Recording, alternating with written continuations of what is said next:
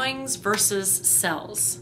Okay, so what it is it's the difference between a collectability issue around being able to see your exact moment in the cartoon, which is really, really cool, and you owning a little tiny moment of the mind of an animator working toward the finished product of an animated cartoon that millions of people have seen. Each one of them has things to recommend them. So I like both. I think it's really cool to be able to watch a cartoon and see that exact moment, because if you buy production art, you're definitely going to want to put the cartoon in and find that exact moment in the movie, because you own the moment that you see in the cartoon. It's so exciting, and especially if you have kids, or I mean just that part of you that's seen it so many times, it's exciting. But there's something at least that cool in having an original drawing that an animator, Freddie Moore or Bill Teitla or Frank or Ollie or one of the 9 old men at Disney, all those guys were 9 old men, some of the major stars of Disney who kind of went unsung because Disney was always, it was like a group of people that were all working for him, so they don't have the kind of fame that, say, the Chuck Joneses of the world wound up getting, because their whole studio system was so different. To be an animator requires so many different aspects of a personality that are so specific, being mathematical, having an imagination, but being a fine artist, and timing, and an amazing sense of humor, and patience, and fastidiousness. I mean, there's all these different personality traits that are required to be a really great animator.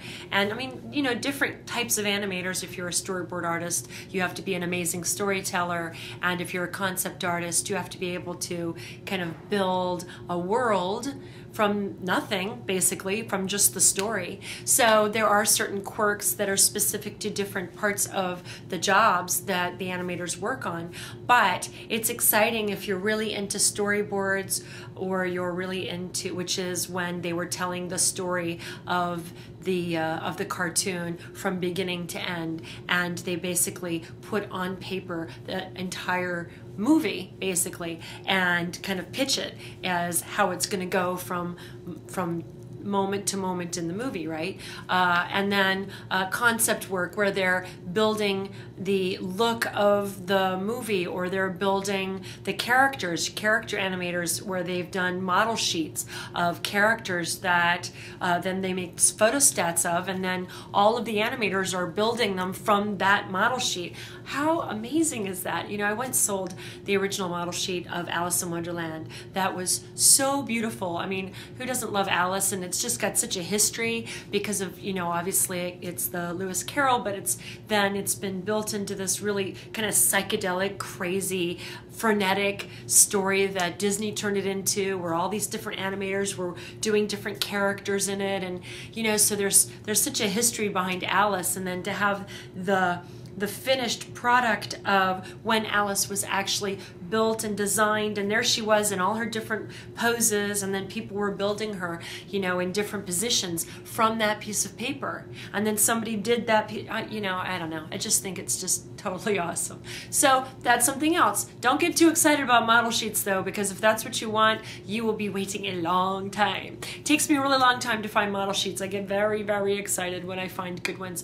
The other thing is, original drawings, sometimes you want to be really careful where you buy them. You really need to get with a gallery that you trust completely, who can explain to you, or that is going to do your research. You know, my job, I feel like, is to be like my collector, only way more particular. You know, I've got to know everywhere that piece of art has been since the minute it left the studio.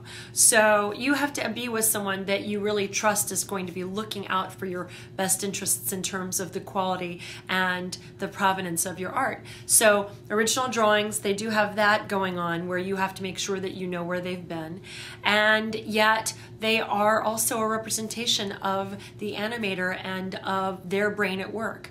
Whereas animation cels, you know, there's the color. And I have have really aesthetically minded, esoteric, smart, brainy, fabulous people who will not touch a drawing with a 10-foot pole. They just want the color and the pizzazz and the totally, you know, well, there's colors in certain characters that you would never know looking at the cartoon, because sometimes they need to be drawn a very specific way in order for it to look the way that it looks in the final movie.